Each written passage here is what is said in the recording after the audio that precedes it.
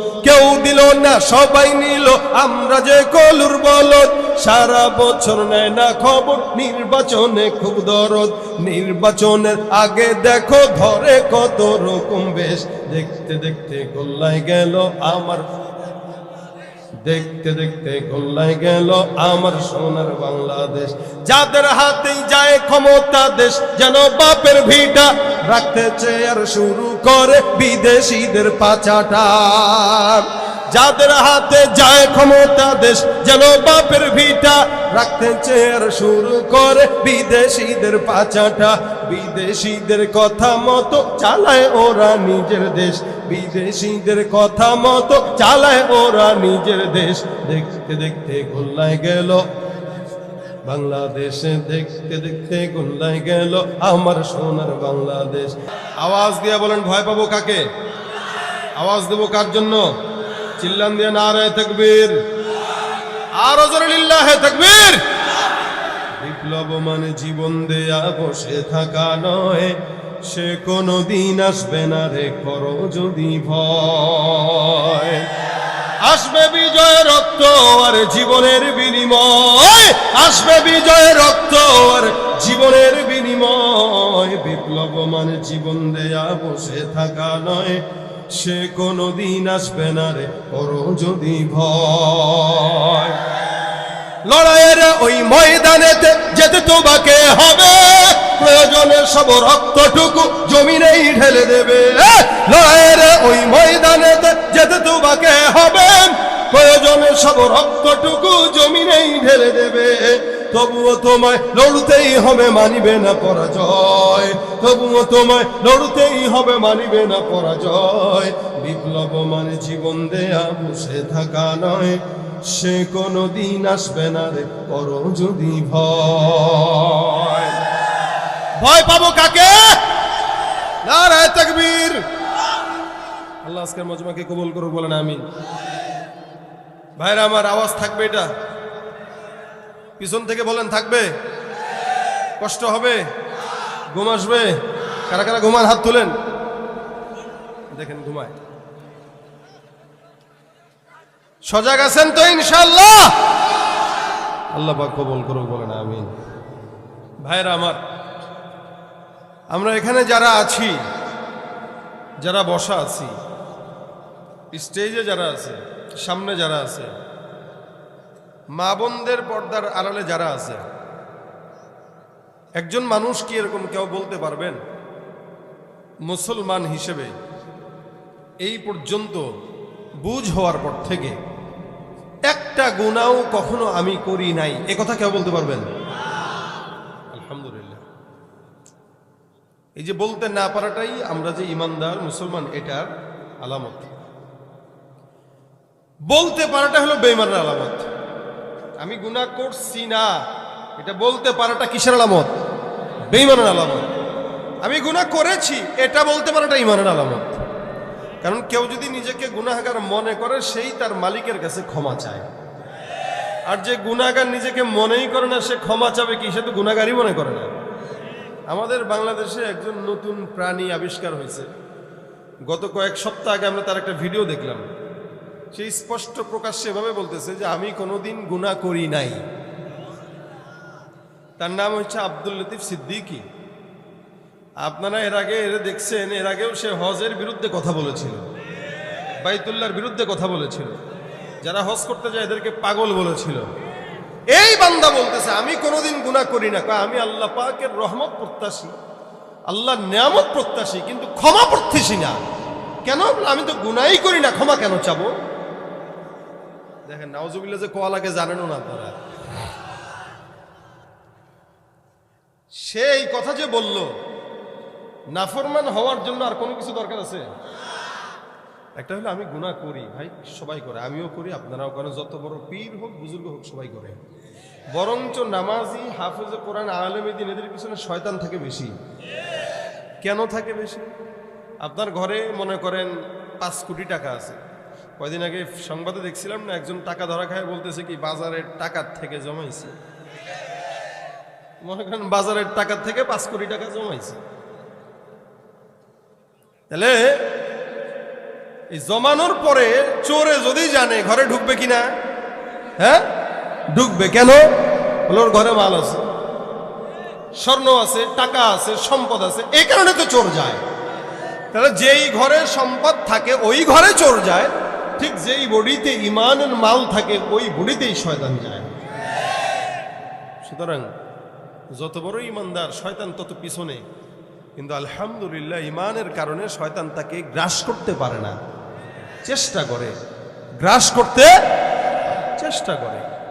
আর এই আব্দুল লতিফ কাজ্জাবির মতো যেগুলো শয়তান আছে, শয়তান কয় আল্লাহ আমি কি শয়তান, ও আমার ওস্তাদ, আমারে শয়তান না বানা, তারা বানাইলেও ভালো আছিল।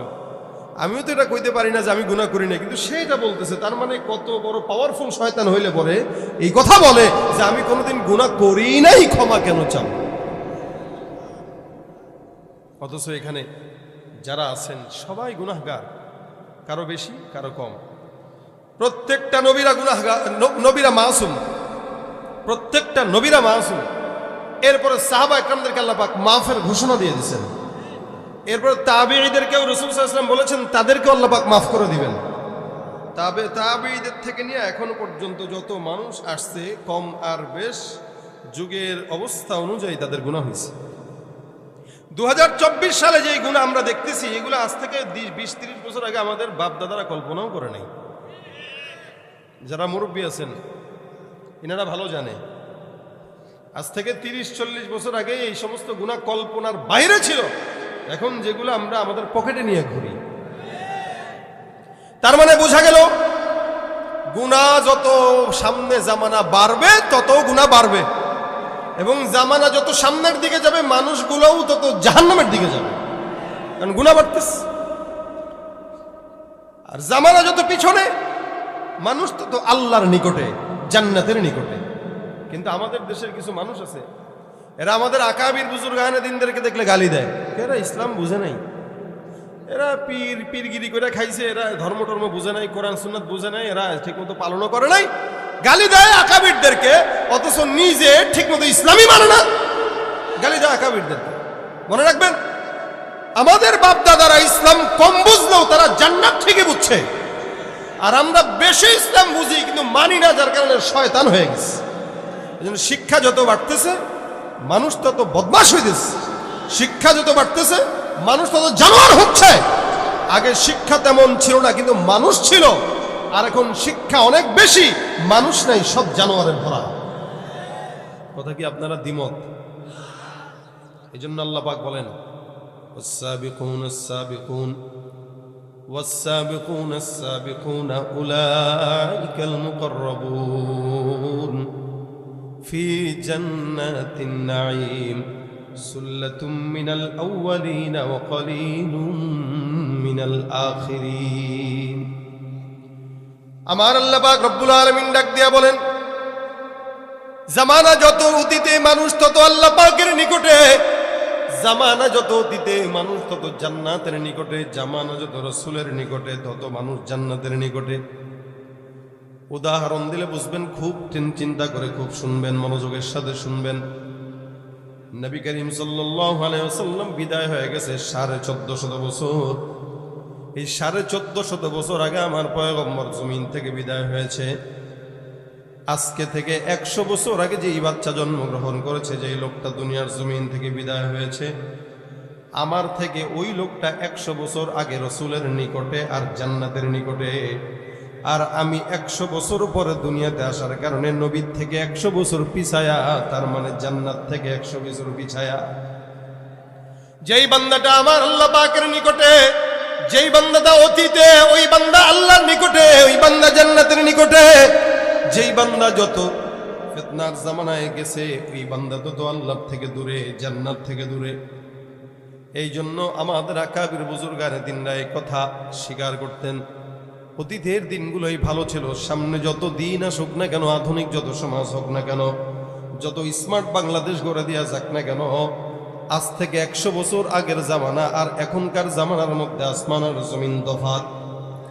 আগের মানুষগুলোই ছিল উত্তম, তারা নামাজ পড়তো কম, কিন্তু তারা নামাজের মধ্যে খুশু খুশু ছিল। আর আমরা নামাজ পড়ি, যাও পড়ি তা ভোট পাওয়ার জন্য, মানুষকে দেখানোর জন্য পড়ি, ঠিক কিনা?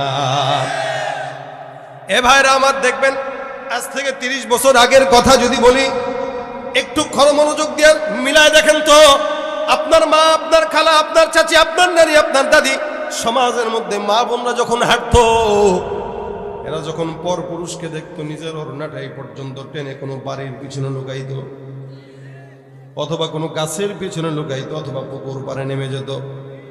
রাস্তায় কোনো পর পুরুষ দেখবে, নারীরা রাস্তায় থাকবে, এটা হতেই পারে না।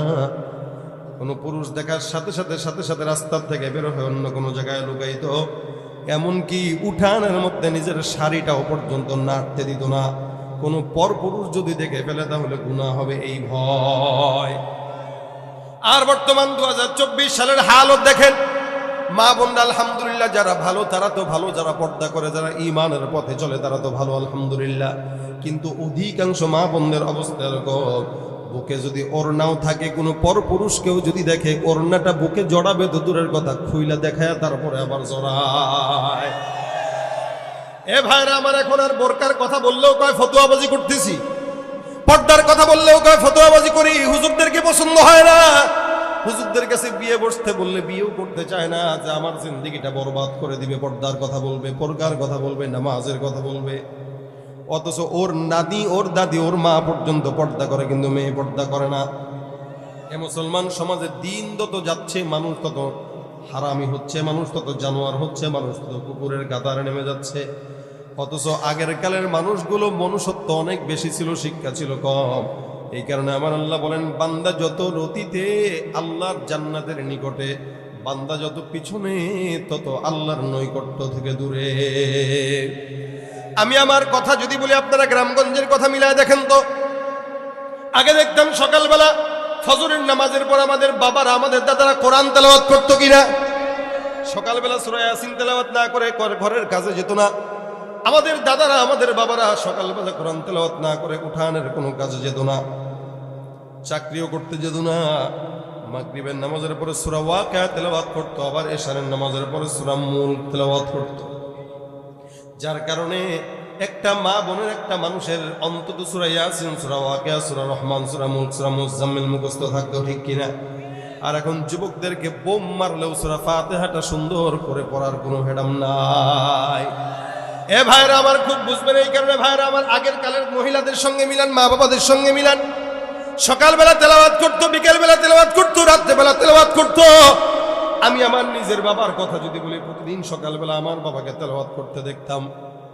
এখনো পর্যন্ত প্রায় 76 বছর বয়স হয়ে গেছে, এখনো পর্যন্ত প্রতিদিন সকালবেলা 2-3 বেলা কোরআন তেলাওয়াত করতে আমি আমার বাবাকে দেখি। যখন ছোট ছিলাম, ঘুম থেকে যখন জাগতাম, গানের কোনো আওয়াজে আমাদের ঘুম ভাঙতো না, বাবার কোরআন তেলাওয়াতের আওয়াজে ঘুম ভাঙতো। অথচ কোনো আলেম না, তবলিগের মেহনতের সঙ্গে সময় লাগায় 40 বছর পর্যন্ত সচিবালয়ে চাকরি করছেন, এখন চাকরি নাই, এখনো একই নিয়মে চলে। আমি আমার এই গোটা জিন্দেগিতে আমি আমার বাবাকে কোরআন তেলাওয়াত ছাড়া এমনকি কাজা নামাজও কোনোদিন পড়তে দেখি নাই। তার মানে জামাতের সঙ্গে 5 ওয়াক্ত নামাজ আমার বাবাকে আমি এত বছর পর্যন্ত লাগাতার দেখি। মাঝে মাঝে আমি আমার বন্ধুদেরকে বলি, আমরা কিসের ঘোড়ার টিমের আলেম হয়েছে, আমার বাবার আমলের কাছে পায়ের নখের সমানও না। কারণ কি, আমার বাবা আমার রাসূলের, আমার থেকেও অন্তত 40 বছরের নিকটে, আমি আমার রাসূল থেকে 40 বছরের দূরে। যার কারণে আমার বাবা যেই ফিতনা কল্পনাও করে নাই, সেই ফিতনা আমি আমার নিজের চোখে দেখি, পকেটে নিয়ে ঘুরি। এটা হলো ফিতনার একটা আলাদা কুফল। এ মুসলমান, আমরা আমাদের ছোট্টবেলায় মায়ের জিকিরের আওয়াজে আমাদের ঘুম ভাঙতো। সকালবেলা যখন ঘুম থেকে উঠতাম, দেখতাম মা জিকির করতেছে, সুবহানাল্লাহ, আলহামদুলিল্লাহ, লা ইলাহা ইল্লাল্লাহ। শুনেন নাই? মা বাবারা সকালবেলা জিকির আদায় করতো, কোরআন তেলাওয়াত করতো, যার কারণে বাচ্চাদের ঘুম ভাঙতো মা বাবার কোরআন তেলাওয়াতের আওয়াজে। আর বর্তমান সময়ের বাচ্চাদের ঘুম ভাঙে মা বাবার মোবাইল আর ফেসবুক, ইউটিউবের আওয়াজে। ঠিক কিনা জোরে বলেন? ভাইরা আমার, মুসলমান দাবি করে নামাজ পড়ে না, মুসলমান দাবি করে সুন্নাত নাই, মুসলমান দাবি করে রোজা নাই, জিকির নাই, আজকার নাই, পর্দা নাই, পুশিদা নাই। মুসলমান যতই দাবি করুক না কেন, দাবির নাম মুসলমান নয়। মুসলমান আমার আল্লাহ পাক বলেন, ওমিনান নাসি মান ইয়াকুলু আমান্না বিল্লাহি ওয়াবিল ইয়াউমিল আখিরি ওয়া মা হুম বিমুমিনিন। মানুষের মধ্যে একদল থাকবে যারা নিজেরা নিজেদেরকে মুমিন বলবে। আমার আল্লাহ পাক ডাক দিয়া বলে, হে ইমানদার, মনে রাখবা, শুনে রাখবা, যারা নিজেদেরকে মুমিন বলে দাবি করে কিন্তু নামাজ পড়ে না, কোরআন তেলাওয়াত করে না, সারা বছর কোরআনটাকে তাকের মধ্যে উঠে রাখে, ধরেও না, মুছেও না, পড়েও না, সারা বছর ইমানদার দাবি করে কিন্তু একটা কোরআন তেলাওয়াতের আয়াত পড়ে নাই, নামাজও পড়ে নাই, জুমার নামাজটাও পড়ে নাই। আমার আল্লাহ বলেন, এরা যতই মুসলমান দাবি করুক না কেন, ওয়ামা হুম বিমুমিনিন, এরা মুসলমান নয়, এরা মুনাফিক, এরা বেঈমান। এ ভাইরা আমার, এই কারণে আল্লাহ পাক রব্বুল আলামিন আমাদেরকে মুমিন বানাইছেন। আল্লাহ পাক আমাদেরকে ঈমানদার বলে সম্বোধন করেছেন। দায়িত্ববোধ আছে না নাই? কি দায়িত্ব? আল্লাহ পাক বলেন, মা খালাকতুল জিন্না ওয়াল ইনসা ইল্লা লিয়াবুদুন, আমি আল্লাহ পাক জিন্নাত আর ইনসানদেরকে একমাত্র আমার গোলামির জন্য প্রেরণ করলাম। বাজারে আপনি চাকরি করেন, কোনো কোম্পানিতে চাকরি করেন, মোটামুটি মাসের 30 দিনের মধ্যে যদি 20 দিন আপনি চাকরিতে থাকেন আর 10 দিন যদি কামাই দেন, 10 দিনের বেতন কাটা হবে কি হবে না? 10 দিন কামাই দিলেন, 10 দিনের বেতন কাটা। আল্লাহ পাক রব্বুল আলামিন আপনাকে আমাকে চাকরি দিলেন নামাজ আদায় করার, চাকরি দিলেন কোরআন তেলাওয়াত করার, হকের পথে থাকার। কিন্তু মুসলমান হিসেবে কয়দিন ঠিক মতো চাকরি পালন করছে একটু টেনশনটা মাথার মধ্যে ঢুকায়েন। আপনি নামাজ ঠিক মতো পড়েন না, রোজা ঠিক মতো রাখেন না, যাকাত ঠিক মতো দেন না, হজ করেন না, সুন্নত মানেন না, কিন্তু আল্লাহ পাক এই সমস্ত কাজগুলো আপনাকে ভিতরে দিয়ে দিছে।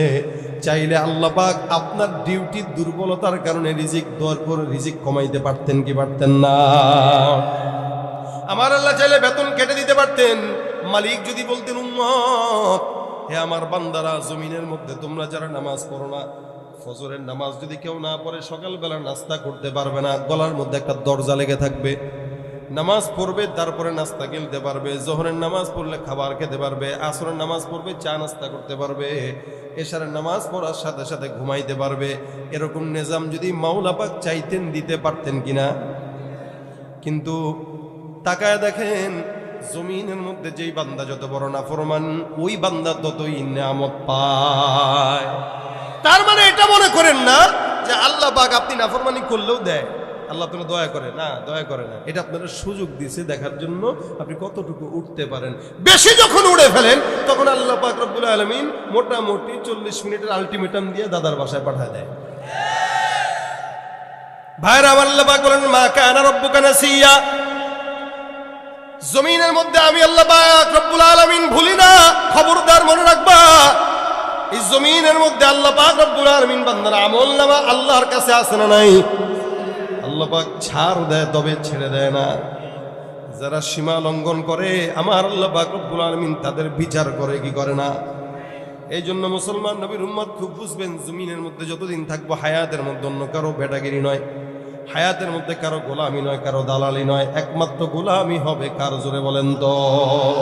তুমি পারো করতে মোচন অভাব দুঃখী লোকে, তুমি পরম মুক্তিদাতা মালিকে জগতের, তোমার কাছে চাই যে পানা, তোমার কাছে চাই যে পানা, আমরা প্রতিদিন তোমার দয়ায় পূর্ণ আমার সারা নিশিদিন।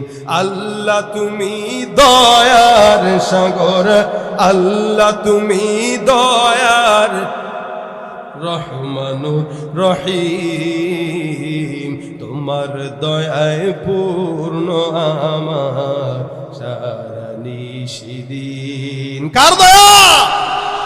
এ মুসলমান, আমার আল্লাহ ডাক দিয়ে বলি, বান্দার জমিনের মধ্যে গুনাহগার বান্দা সবাই, এমন কেউ নাই যে বান্দা গুনাহ করে না। মাথায় রাখবা, আমি আল্লাহ তোমাদের জন্য সুন্দর করে আমার পয়গম্বরকে জানায় দিলাম, কুলিয়া ইবাদিয়াল্লাযীনা আসলামের উম্মতের চাইতে আমাদের এই জামানায় সবচেয়ে বেশি ফিতনা যাবে আগে, ফিতনাও বেশি যাবেও। সব উম্মতরা পিছে, আমরা আগে আগে। ইনশাআল্লাহ আমরা জান্নাতে যাব, ইনশাআল্লাহ। কথা জোরে বলেন ইনশাআল্লাহ। কেন যাব না? না যদি যাই তাহলে আল্লাহ পাক বানাইছে কেন? শেষ জামানায় বানাইছে, যেহেতু শেষ জামানা, আবার আখেরি নবীর উম্মত, অবশ্যই ইনশাআল্লাহ জান্নাতে নিবে ইনশাআল্লাহ। এটা আল্লাহ পাক রব্বুল আলামিনের ওয়াদা। হ্যাঁ, এখন মাঝে মাঝে দুই একটা মায়ের দিয়া একটু ঝালাই করবে আর কি, কিন্তু নিবে ইনশাআল্লাহ। দেখেন সাদা কাপড় যখন ময়লা হয়, বিবির কাছে ধোয়ার জন্য দিলেন, বিবি ধুচ্ছে, এইভাবে আষাঢ় দিয়ে দিয়া ধোয়, অথবা ওয়াশিং মেশিনে দেয়, ঘুরে না। আর আপনি চিন্তা করলেন বিবি এত ডলাডলি করতেছে, 600-700 টাকা গজের কাপড় এত ডললে হয়? বিবি সুন্দর করে এবার এমনি এমনি ধোয়, মহব্বত করে আদর দিয়া দিয়া। হ্যাঁ, পরের দিন পড়তে গেছে, ব্যাপার কি ধুইছো তুমি এটা? কেন? ময়লা এখানে। আপনি বুঝলাম না, আষাঢ় দিলেও মেনে নেন না, হালকা ধুইলেও মানেন না। ময়লা দূর করতে গেলে তো আষাঢ় দেওয়াই লাগে, কি বলেন ঠিক না? আপনি ময়লা দূর করবো, আষাঢ়ও দিতে দিবেন না, ডলতেও দিবেন না, আদর করলে কি জামা ময়লা পরিষ্কার হয়? ঠিক তেমনই ভাবে ইমানদারের গায়ে কিছু গুনাহের ময়লা থাকে, আল্লাহ পাক জাহান্নামে দিয়া ওইটারে কয়েকদিন আষাঢ় টাষাঢ় দিয়া জান্নাতের যোগ্য করে দেবে ইনশাআল্লাহ। অতটুকু আষাঢ় খাওয়ার যদি যোগ্যতা থাকে, শক্তি সামর্থ্য থাকে, তাহলে গায়ের ভিতরে ময়লা লাগায়েন, নয়তো লাগায়েন না। এই হাসান বসরির কাছে এক লোক এসে কয়, হুজুর গুনাহ করতে মন চায়, তা কি করো? তা করো, একটু অনুমতি দেন। অনুমতির কিছু নাই, 3 জায়গায় যায় গুনাহ করতে পারলে করো। কয় জায়গায়? 3 জায়গায়। 1 নম্বর এমন জায়গায়, বেচারা তো যে শুনছে 3 জায়গায় যায় গুনাহ করা যাবে, তো লাফায় উঠছে, তাহলে ভালো তো। তো গুনাহ করার জায়গায় 3টা জায়গা পাইছি, হুজুর তাড়াতাড়ি বলেন কোন জায়গায় করবো, তাড়াতাড়ি বলেন। হুজুর কয় যাও এমন এক জায়গায়, প্রথম জায়গা হলো এমন জায়গায় যায় গুনাহ করো যেখানে তোমার আল্লাহ দেখে না। কে দেখে না? সুবহানাল্লাহ কয় না এরা? আসেনি কোনো জায়গা? ফাআইনামা তুওয়াল্লু ফাসাম্মা ওয়াজহুল্লাহ। বান্দা যেখানে যাবে আমার আল্লাহ পাক রব্বুল আলামিন সেখানে। জমিনের মধ্যে এমন কোন জায়গা নাই যেখানে আল্লাহ নাই। আল্লাহু লা ইলাহা ইল্লা হুয়াল হাইয়ুল কাইয়্যুম লা তাখুযুহু সিনাতুন ওয়ালা নাওম। এলাকার চেয়ারম্যান ঘুমায়, মেম্বার ঘুমায়, এমপি ঘুমায়, রাষ্ট্রপ্রধান না থাকলেও এলাকা চলে। কিন্তু মনে রাখবেন আল্লাহ পাক রব্বুল আলামিন এমন কুদরতের মালিক, যিনি ঘুমাইলে কোনোদিন দুনিয়া চলতে পারে না। এ ভাইরা আমার, হাসান বসরি কয় যায় এমন জায়গায় যায় গুনাহ কর যেখানে কে দেখে না। হুজুর এটা কি কইলেন? কয় হ্যাঁ, যেখানে আল্লাহ দেখে না সেখানে যাও। 2 নম্বর এমন জায়গায় যায় গুনাহ করো যেই জায়গায় ফেরেশতারা কিরামান কাতিবিন লেখে না। অথচ আমার আল্লাহ বলেন ওয়া ইন্না আলাইকুম লাহাফিজিন কিরামান কাতিবিনা ইয়ালামুনা মা তাফআলুন। সারা দুনিয়ার যতগুলো বান্দা আছে প্রত্যেকটার আমলনামায় কিন্তু লেখে কি লেখে না? লেখে। যখন আমলনামা ভারী হয় তখনই ঝামেলা হয়। আমলনামা যখন কম, যত গুনাহ বেশি তত ঝামেলা বেশি, যত গুনাহ কম তত ঝামেলা কম। হাসান বসরি কয় যাও যাও এমন জায়গায় যায় গুনাহ করো যেখানে ফেরেশতা লেখে না। 3 নম্বর এমন জায়গায় যায় গুনাহ করো যেখানে আজরাইল জানটা কবজ করার জন্য যেতে পারে না। হুজুর এমন 3 জায়গার কথা বললেন, বিপদ।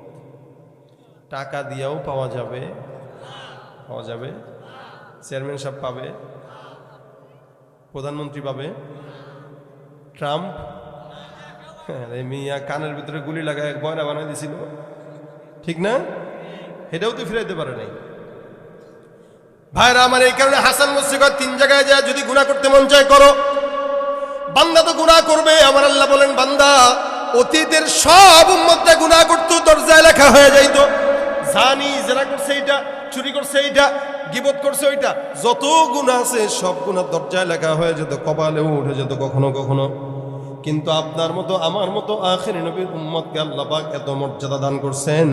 আল্লাহ পাক আমাদের গুনাহগুলোকে গোপন রেখেছেন। শুধু তাই নয়, বরঞ্চ আরেকটা উম্মতকে বলেছেন খবরদার তুমি যদি কারো অন্যায় জানো, খবরদার কাউকে বলবা না, গোপন রাখবা। সুবহানাল্লাহ, এটা রাসূল বলেছেন খবরদার। আমরা তো ওই দোকানে বসলে, চায়ের দোকানে, চেয়ারম্যান কি করছে, মেম্বার কি করছে, এমপি কি করছে, মুয়াজ্জিন কি করছে, ইমাম সাহেব কি করছে, মাদ্রাসা মুহতামিম কি বলছে, বক্তা কি বলে গেছে, সারা দুনিয়ার মানুষের খালি তলা খোঁজাই, ঠিক না?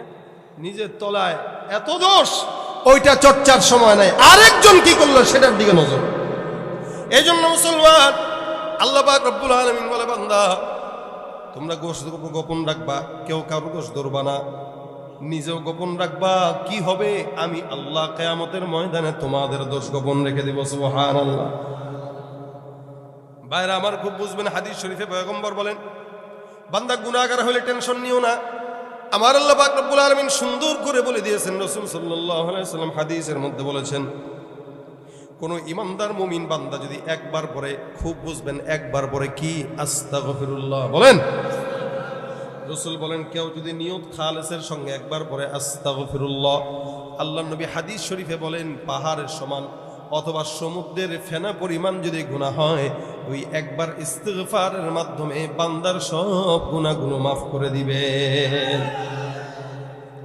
বনি ইসরাইলের জামানার ঘটনা পয়গম্বর বর্ণনা করে হাদিস শরীফে আমার নবী বলেন, এ সাহাবা আজমাইনের দল, টেনশন নিও না, গুনাহ হয়ে গেলে আল্লাহর দরবারে তওবা করো, কারণ জানো আমার আল্লাহ পাক বনি ইসরাইলের জামানার উম্মতকে আল্লাহ পাক রব্বুল আলামিন মাফ করে দিয়েছেন। বলে কোন উম্মত? এমন একটা বান্দা, যে বান্দা বনি ইসরাইলের জামানায় ছিল, একটা নয়, দুইটা নয়, তিনটা নয়, একসঙ্গে 99টা খুন করছে। কয়টা? নাউজুবিল্লাহ, 99টা খুন করছে। আপনারা কেউ আছেন করছেন এরকম? থাকলেও বলবে না। আমাদের দেশে তো রাজনীতির কোন্দলে একজনে মারে, এটাই মারে না, মারামারি হয় না?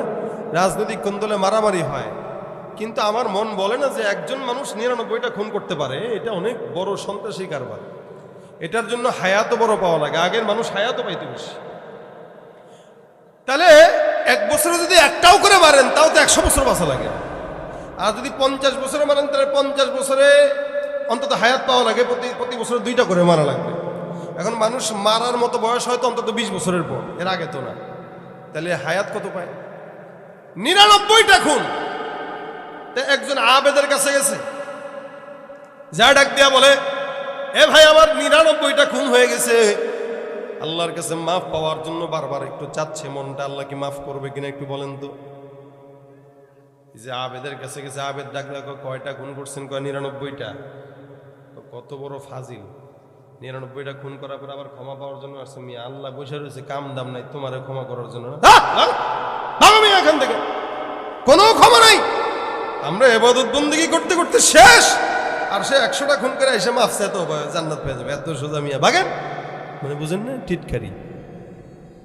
কিছু মানুষ আছে নিজে একটু আমল করলে অন্য সবগুলো জাহান্নামী মনে করে, আসেনি? নামাজ পড়ছে একবেলা কোনো মতে, শুক্রে 7 দিন। এখন কেউ যদি নামাজ না পড়ে, রে জাহান্নামী, তোর মৃত্যুর ভয় নাই?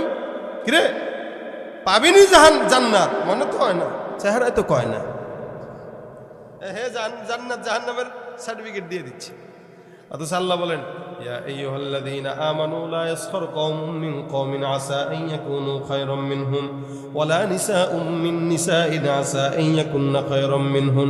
খবরদার, কোন পুরুষ যেন কোন পুরুষকে ছোট চোখে না দেখে, কোন মহিলা যেন কোন মহিলাকে ছোট চোখে না দেখে।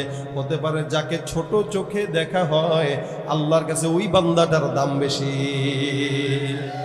কাউরে আন্দাজে জান্নাতীও বানায় না, জাহান্নামীও বানায় না, নিজের আমলের চিন্তা নিজে করে। এই বান্দা ডাক দেয়া কয়, না না, ক্ষমা পাওয়া যাবে না। কেন? বলে, তোর মতো গুনাহগারকে মাওলা ক্ষমা করবে না। এমনি তো সন্ত্রাসী মেজাজ হয়ে গেছে গরম।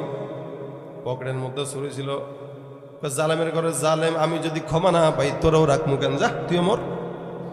ছুরি দিয়ে পেটের মধ্যে ঢুকা দিয়া ভুড়িখানা করে দিছে, শেষ। আগে ছিল 99টা, এখন হয়েছে কয়টা? সেঞ্চুরি হয়ে গেছে, সেঞ্চুরি করে ফেলছে। এখন মনের মধ্যে আফসোস আছে, আল্লাহ, গুনাহ তো ছিল 99টা খুন, এখন একটা বাড়ছে, তার মানে আল্লাহ বিপদ তো আরেকটা বাড়ছে। হায় হায়, কি করলাম এটা? ছুরিটা ফালাই দিছে। এটা থাকলে খালি অসহসা লাগে, খালি মারতে মন চায়। ফালাই দিছে, ফালাই দিয়ে আবার আরেকজন আলেমের কাছে গেছে, যে ডাক দিয়া বলে, হুজুর 99টা খুন করেছিলাম। একজনের কাছে গেছি, আপনার মতো টুপিওয়ালা দাড়িওয়ালা। যাওয়ার পরে সে কয় নাকি আল্লাহ আমারে মাফ করবে না, মেজাজ গরম হয়ে গেছে, ওইটারও মেরে ফেলছি। এখন আপনার কাছে আসলাম, বলেন আল্লাহ পাক রব্বুল আলামিন ক্ষমা করবে কিনা? হুজুর কয়, টেনশনের কারণ নাই, ক্ষমা অলরেডি হয়ে গেছে। সন্ত্রাসরা হুজুর আপনি কি ভয় পায় বলতেছেন নাকি? কেন? কই যে একটারে মাইরে আসছে, এখন আপনারও যদি মারি?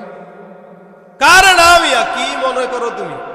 খুন করছো কয়টা? বলে 100টা। 1 কোটিটাও যদি খুন করো, 1 লক্ষও যদি খুন করো, কতদিন করবা? বলে হায়াত শেষ হওয়ার আগ পর্যন্ত। ওই হুজুর ডাক দেয়া বলে টেনশনের কোনো কারণ নাই, তুমি যদি হায়াত শেষ হওয়ার আগ মুহূর্তেও যদি বলো আল্লাহ আমাদের মাফ করে দেন, অন্তর থেকে দিল থেকে তওবা করলে আমার আল্লাহ ওই সময় বান্দা তোমাকে ক্ষমা করার জন্য তৈয়ার। এবার হুজুর ডাক দেয়া বলে যাও অমুক জায়গায় যাও, ওই এলাকার মধ্যে একজন আলেম, যে আলেমের কাছে যাবা হাতে হাত রেখে বায়াত করে সুন্দর করে তওবা করে ফেলবা। আমার আল্লাহ পাক রব্বুল আলামিন আশা করা যায় তোমার গুনাহ সব ক্ষমা করে দিবেন। উদাহরণস্বরূপ এটা কেশবপুর এলাকা, কেশবপুর থেকে ঢাকা পর্যন্ত যাবা।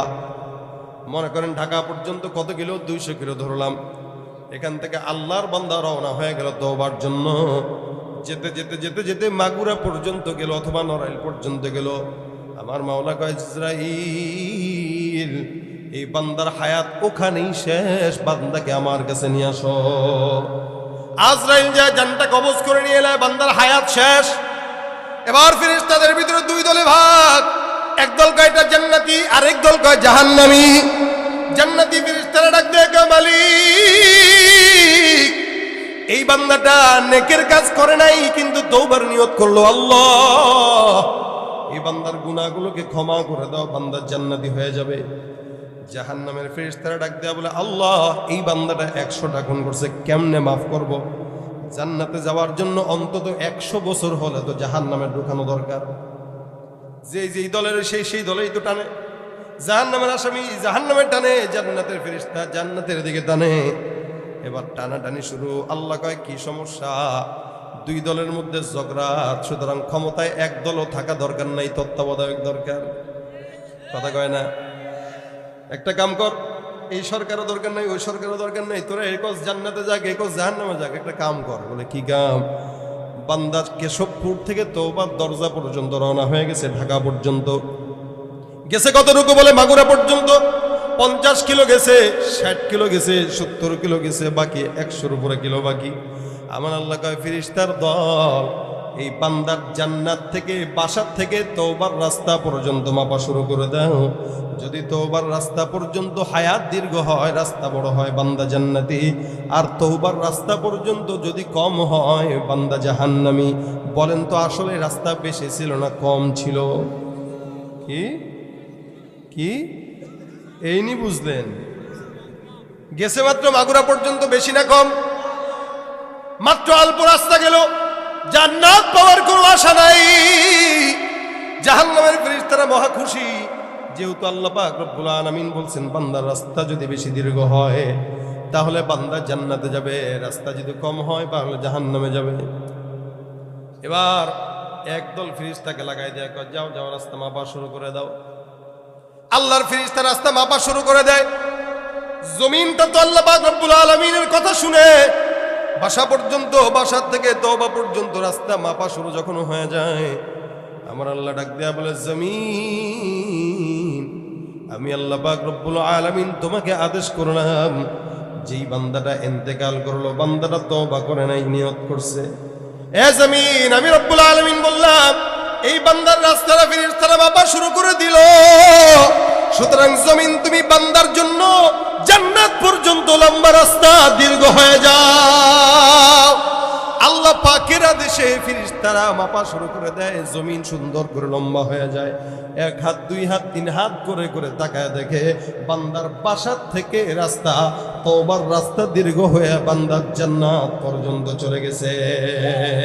জান্নাত চির সুখেরই ঘর, জান্নাত চির সুখেরই ঘর, ও গো জানতে যদি তুমি, মায়া ঘেরা রঙিন পৃথিবী নয় তো সুখের খনি। আল্লাহু আকবার। আবার আল্লাহ ক্ষমা করতে পারে কি পারে না? আমার রাসূল বলেন, এই বান্দা ফেরেশতা যায়, সাহাবায়ে کرام যেই বান্দাটা 100টা খুন করলো, ওই বান্দাকে আমার আল্লাহ পাক রব্বুল আলামিন ওই রাস্তাটা বড় বানায় সুন্দর করে জান্নাতে ঢুকায় দিল। সুতরাং বনি ইসরাইলের লোক যদি মাফ চায় জান্নাত পেয়ে যায়, আপনি আমি আখিরি নবীর উম্মত, দাম বেশি না কম? আমার আল্লাহ পাক রব্বুল আলামিন বলবে, হে বান্দার মুমিন, গুনাহ যদি হয়ে যায় পাহাড় সমান, সাগর সমান, আসমান সমান, কোন বান্দা যদি বলো আস্তাগফিরুল্লাহ, আমার আল্লাহ বলে লা তাকুনাতু মির রাহমাতিল্লাহ। আল্লাহ পাক রব্বুল আলামিন আছে, যত রাত দীর্ঘ হয় আমার আল্লাহ পাক আসমানের মধ্যে সে বান্দাকে ডাক দেয়, এ বান্দা, জমিনের মধ্যে গুনাহগার হবা, 3টায় ডাকবা, 4টায় ডাকবা, 2:30টায় ডাকবা, আমি আসমানের প্রথম আসমানে এসে বান্দা তোমার ডাকে সাড়া দেওয়ার জন্য বসে থাকি। সুবহানাল্লাহ। এ মুসলমান নবীর উম্মত, এই কারণে ইস্তিগফার অনেক বড় দামি একটা আমল। নবী করিম সাল্লাল্লাহু আলাইহি সাল্লাম বলেন, মাল্লাজিমাল ইস্তিগফার জালাল্লাহু লাহু মিন কুল্লি হাম্মিন ফারাজা ওয়া মিন কুল্লি দিকিন মাখরাজা ওয়া রাযাকাহু মিন হাইথু লা ইয়াহতাসিব। কেউ যদি অন্তরের মধ্যে, জবানের মধ্যে ইস্তিগফার উঠায় নেয়, আমার নবী বলেন, যত বড় বিপদ, পেরেশানি, বালা মুসিবত হোক না কেন, সব পেরেশানি, বালা মুসিবত আল্লাহ দূর করে দেয়। সুবহানাল্লাহ। হাসান আল বসরির নাম শুনছেন আপনারা? হ্যাঁ, বহুত বড় বুজুর্গ হাসান বসরি। উনি একবার বসা, মজার ঘটনা দেখেন, উনি একবার বসা, হঠাৎ করে একজন বান্দা ঢুকলো, ঢুকে ডাক দিয়া বলতেছে, হুজুর, এমন কোনো গুনাহ নাই যে গুনাহটা আমি করি নাই, এমন কোনো অন্যায় নাই যে অন্যায় আমার করা হয় নাই, সুতরাং ছোট্ট একটা আমল শিখায় দেন, যে আমলের কারণে আল্লাহ পাক রব্বুল আলামিন আমাকে জান্নাত দান করবেন, যে আমলের কারণে আল্লাহ পাক আমাকে মাফ করে দিবেন। হাসান বসরি ডাক দেয়া কয়, যাও যাও, বেশি বেশি ইস্তেগফার পড়ো। 2 নম্বরে আরেকজন বান্দা ঢুকলো, হুজুর ডাক দেয়া কয়, কি সমস্যা? কয়, হুজুর, আমাদের এলাকায় বৃষ্টি হয় না, এলাকার মধ্যে দুর্ভিক্ষ চলতেছে, এমন একটা আমল শিখায় দেন যে আমলের কারণে আসমান থেকে বৃষ্টি আসবে। হাসান বসরি ডাক দেয়া কয়, যাও যাও, বেশি বেশি ইস্তেগফার করো। কি পড়ো? ইস্তেগফার। প্রথম জন আসলো, গুনাহ হয়ে গেছে, তাকে আমল দিল কি? ইস্তেগফার। পরের জন আসলো, বৃষ্টি হয় না, তাকে আমল দিল কি? ইস্তেগফার। আবার তৃতীয়তে একজন এসে ডাক দেয়া কয়, হুজুর, আমার সম্পদ নাই, দোকানের মধ্যে বরকত নাই, এমন কোন আমল শিখায় দেন যে আমলের কারণে আল্লাহ পাক দোকানে বরকত দিবে, সম্পদের, রিজিকের মালিক বানাবে। হাসান বসরি ডাক দেয়া কয়, যাও যাও যাও, বেশি বেশি ইস্তেগফার করো। 4 নম্বরে একজন আইসা ডাক দেয়া কয়, হুজুর, আমার সন্তান হয় না, বিয়ে করলাম প্রায় 10 বছর হয়ে গেল, এমন কোন আমল শিখায় দেন যে আমলের কারণে আল্লাহ পাক সন্তান দান করবে। এ মুসলমান, সম্পদ হয় না, আমল দিল কি? ইস্তেগফার। সন্তান হয় না, আমল দিল কি? ইস্তেগফার। কিন্তু আমার দেশে অনেক সময় অনেক বেআকলদেরকে দেখা যায়, সম্পদ নাই, সন্তান নাই, বিপদের মধ্যে পড়ছে, আল্লাহর কাছে না যায়, সোজা খাজার দরবারে, মাজারে চলে যায়। মাজারে যায় সেজদা দিলে ঈমান থাকেনি? কথা কয় না কেন? মাজারের বাবার কাছে চাইলে কি ঈমান থাকে? দেনওয়ালা কে? দেনওয়ালা কে? সন্তান চায় বাবার কাছে, সুন্দর করে বোর্ডারে নিয়ে হাজির, আব্বা এই যে আমার বউ। বাবা এমনি এমনি দেখায়, ঠিক আছে, কি দরকার? বিয়ে করলাম তো 8-10 বছর, বাচ্চা হইতেছে না। ঠিক আছে, আমার খানকায় 1 মাসের এতেকাফ চিল্লায় বসায় দাও। বুঝেন না আপনার? না বুঝাই ভালো। খাজার দরবারে 1 মাসের এতেকাফ, অথবা চিল্লায় লাগাই দিতে কইলো, আর চিল্লায় লাগাই দিলেন আপনার বউরে, বউয়ে থুইয়া আপনি গেছেন বাসায়, আর 1 মাস পরে বউরে নিতে আসছেন। মোটামুটি এখন খাজা বাবা আপনার সামনে হয়ে যাবে বাচ্চা। যদি বাচ্চা হয়, বুঝবেন 1 মাসের চিল্লায় যে সন্তানটা হয়েছে, এটা আপনার না, আপনার বাপের সন্তান। সন্তানদের ওলা কে? বাবার কাছে চাওয়া যাবে? পীরগিরি আর মাজার পূজা চলছে দেশটা জুড়িয়া, শিরকি আর ভণ্ডামিতে দেশটা গেছে ভরিয়া। পীরগিরি আর মাজার পূজা চলছে দেশটা জুড়িয়া, শিরকি আর ভণ্ডামিতে দেশটা গেছে ভরিয়া। গাজার কলকিটান মারিয়া, গাজার কলকিটান মারিয়া দেখায় খাজার শান, ওরা শিক্ষিত শয়তান, ওরা শিক্ষিত শয়তান, ওরা শিক্ষিত শয়তান। দুর্নীতির ওই আখড়ায় বসে, দুর্নীতির ওই আখড়ায় বসে জাহির করে জ্ঞান, কলম দিয়ে কামায় টাকা, ধরে সাধুর ভান। ওরা শিক্ষিত শয়তান, গানা জোরে, ওরা শিক্ষিত শয়তান। যেখানে যাই ভেজালেতে ঘুমায় সব, থাক বাদ, গজল বাদ। জোরে, ওরা শিক্ষিত শয়তান। দেন তো পিছনের গুলোর উপর ঠাডা পড়ছে নি, দেন মুখে কি পড়ছে, ঠাডা পড়ছে, কয় না কে আওয়াজ দিয়া, ওরা শিক্ষিত শয়তান। যেখানে যাই ভেজালেতে ভরে গেছে দেশটায়, ব্যবসায়ীরা উরা তারাতি কালো টাকায় হাত রাঙায়। গ্রামের মুরগির ডিম পাওয়া যায় না, দেশি মুরগির ডিম আসেনি গ্রামে, নাই, নিয়ে যায় কিন্তু ঢাকায় নিয়ে সেটা বিক্রি করে 90 টাকা হালি। কয় টাকা হালি? 90 টাকা হালি। মুরগি পারে ফ্রি, ধান্দা করে ব্যবসায়ী। আচ্ছা, কোনোদিন মুরগি টাকা নিছে? মুরগি যদি কয় আমি করে করে কষ্ট করে ডিম পারি আর তুমি ফ্রি খাইবা, চলবে না। আমার 10 টাকা দাও ভিতরে, তারপরে তোমার একটা ডিম দেবে। কেউ মুরগি কথা বলতে পারলে এটাই কইতো, মুরগি পারে ফ্রি, ধান্দাবাজি করে আমাদের দেশের ব্যবসায়ীরা, ঠিক কিনা জোরে কর। যেখানে যাই ভেজালেতে ভরে গেছে দেশটায়, ব্যবসায়ীরা ওরা তারাতি কালো টাকায় হাত রাঙায়।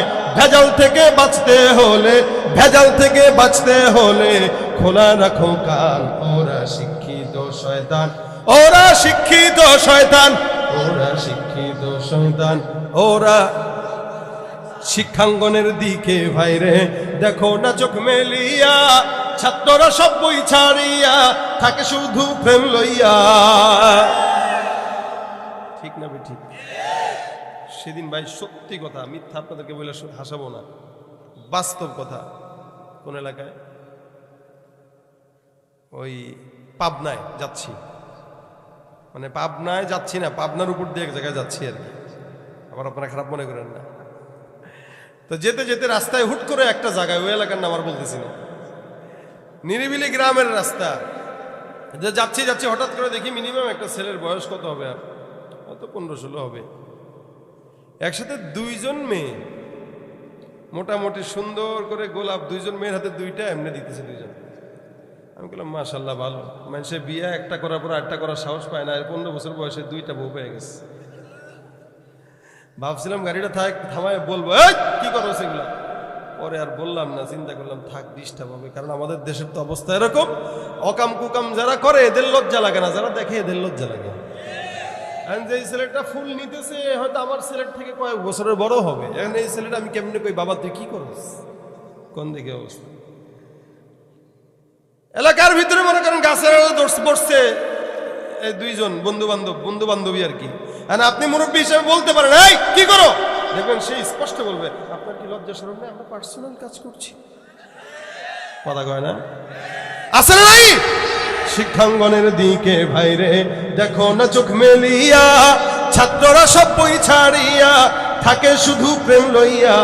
অস্ত্র সে তো সঙ্গের সাথী, অস্ত্র সে তো সঙ্গের সাথী হইতে মাস্তান। ওরা শিক্ষিত,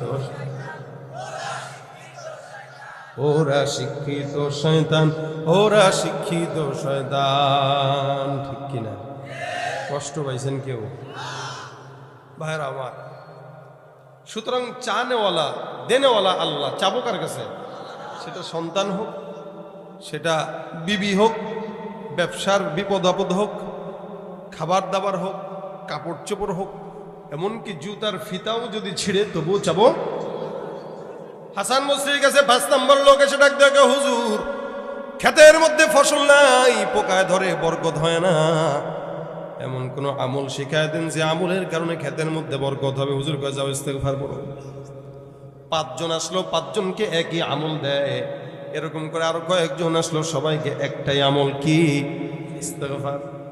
পাশ থেকে যে সমস্ত মুরিদরা শুনতেছে ডাক দেখো, হুজুর মনে হয় আর কোনো আমল টামল পারে না, খালি যারাই আসে একটাই আমল, ইস্তেগফার ইস্তেগফার ইস্তেগফার ইস্তেগফার। হাসান বসরি ডাক দেখো, এ যুবকের দল, এই আমলটা আমি হাসান দেই নাই, আমার মাওলায় কোরআনের মাধ্যমে বান্দাকে দিয়েছে। আমার আল্লাহ ডাক দিয়া বলেন, ফাকুলতু আস্তাগফিরু রাব্বাকুম ইন্নাহু কানা গফফারা ইরসিলিস সামাআ আলাইকুম মিদরারা ওয়া ইউমদিদকুম বিআমওয়াল ওয়া বানিনা ওয়া ইয়াজআল লাকুম জান্নাতি ওয়া ইয়াজআল লাকুম আনহারা। পাক রব্বুল আলামিন কোরআনে যা বলেন সত্য না মিথ্যা? বুঝতে কয় আল্লাহ পাক কোরআনে সুন্দর করে বর্ণনা করেন, হে বান্দা, কোন ইমানদার বান্দা যদি ইস্তেগফার পড়ো, আমি আল্লাহ ঘোষণা করলাম বান্দা ইস্তেগফারের কারণে তোমার সব গুনাহ মাফ করে দিব। সুবহানাল্লাহ। 2 নম্বরে কেউ যদি ইস্তেগফার করে, ইউরসিলিস সামা আলাইকুম মিদরারা, আসমান থেকে বৃষ্টি আসবে না, বৃষ্টির ব্যবস্থা করব। 3 নম্বর সম্পদ যদি না হয়, ইমদিদুকুম বিআমওয়ালিন ওয়া বানিন, টাকা পয়সা নাই, সম্পদ নাই, সন্তানও নাই, ইস্তেগফার করবার টাকাও দেব, সন্তানের ব্যবস্থাও করে দেব। অর্থাৎ ইস্তেগফার এমন একটা আমল, বিপদে পড়লেন, মুসিবতে পড়লেন, টেনশনে আছেন, ঝামেলায় পড়ছেন, টাকা নাই, সম্পদ নাই, বিবি কথা শুনে না, সন্তান কথা শুনে না, এমন কোন ঝামেলা দুনিয়াতে নাই যেই ঝামেলার মাধ্যমে ইস্তেগফারের মাধ্যমে যেই ঝামেলা দূর হয় না। এই কারণে নবী আমার বলেন, মাল্লাজিমাল ইস্তেগফার, যে যদি জমানের মধ্যে ইস্তেগফারটাকে উঠায় নিতে পারে, আল্লাহ পাক সকল বিপদ আপদ থেকে উদ্ধার করে নেবেন। সুবহানাল্লাহ। এই জন্য মুসলমান, মাগরিব থেকে এখন পর্যন্ত বয়ান শুনছেন, আলহামদুলিল্লাহ অনেক কিছু শুনছেন, ভুলেও গেছেন, মনেও থাকবে না, কিন্তু সব ভুলে গেলে টেনশনের কারণ নেই। একটা জিনিস তো মনে রাখা দরকার আছে না নাই?